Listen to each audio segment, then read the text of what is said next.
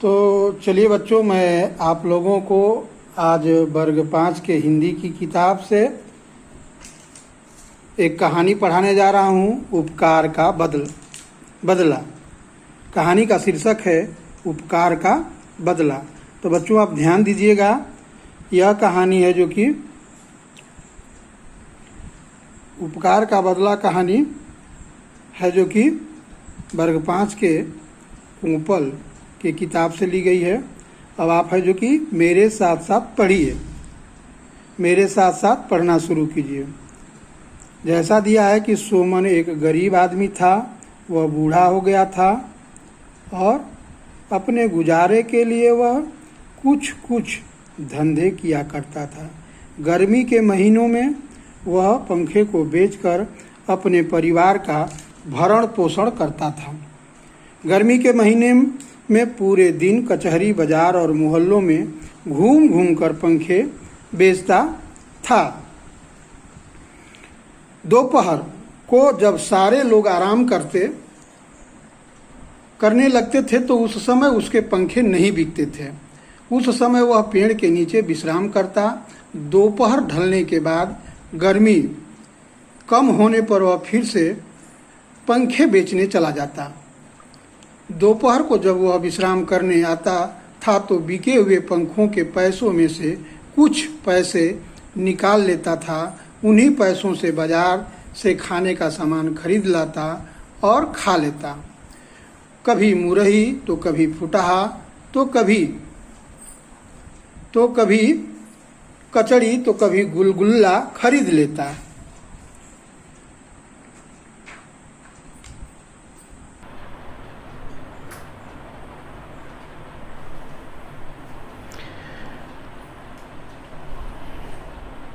गुलगुल्ला खरीद लेता। एक दिन दोपहर के समय सोमन पेड़ के नीचे बैठा था, नाश्ते की पोटली खोलने की जुगत कर रहा था।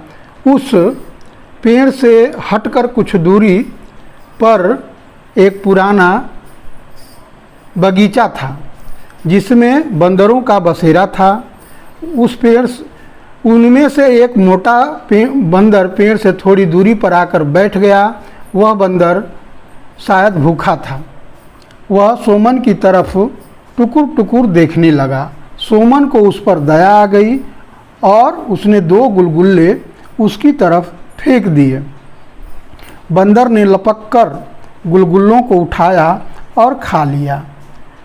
देखिए यह पेड़ है, नीचे पेड़ के नीचे बैठा हुआ है सोमन और पेड़ पर है जो कि बैठा हुआ है बंदर और उसके पंखे रखे गए हैं। तो बच्चों आगे देखते हैं। अब फिर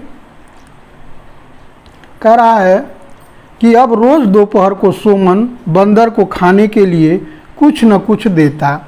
एक दिन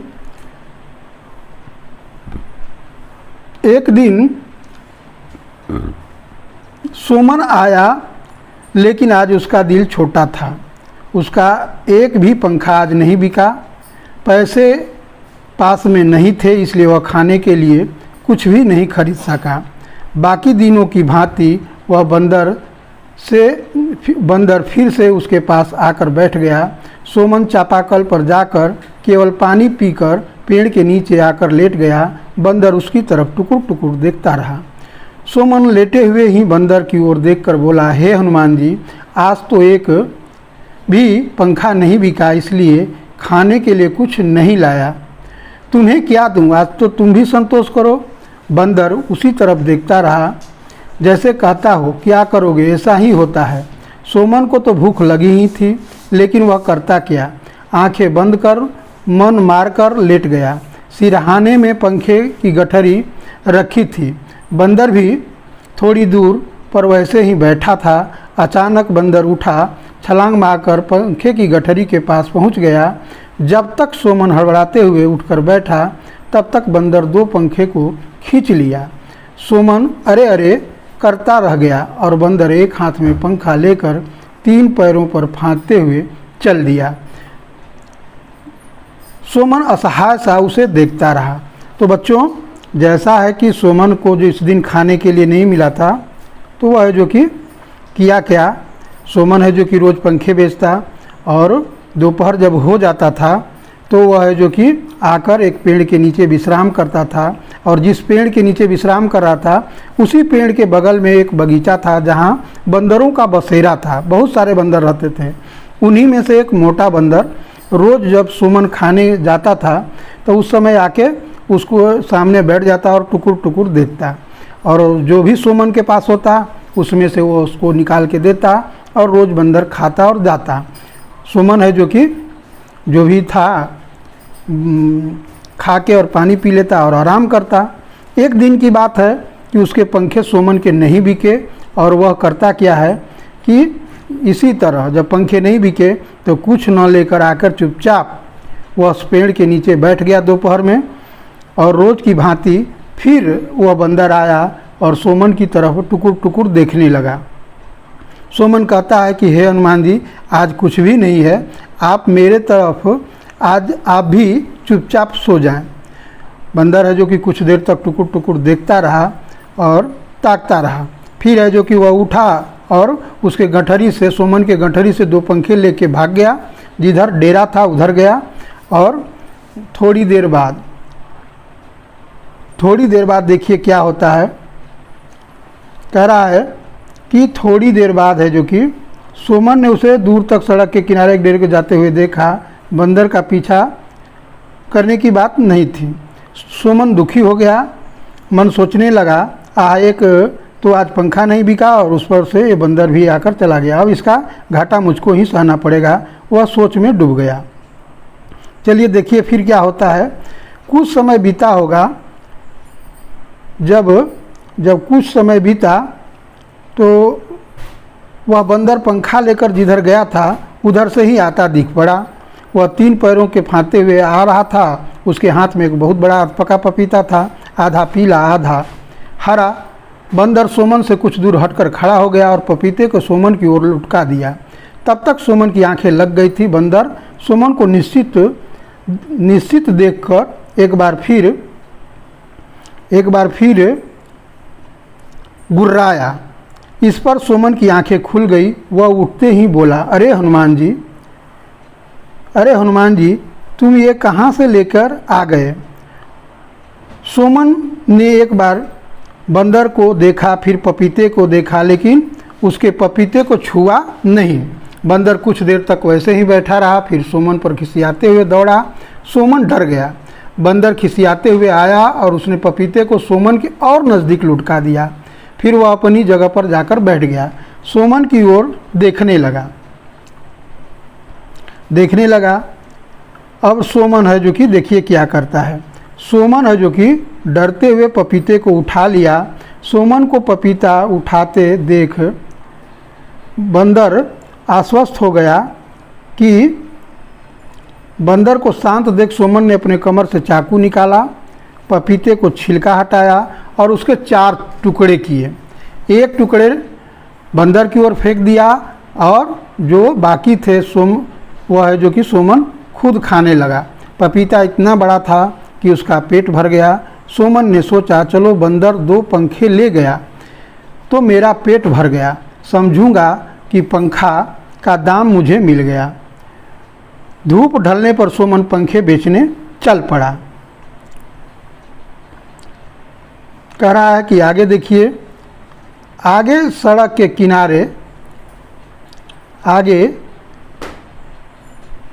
के किनारे बहुत बड़ा डेरा था।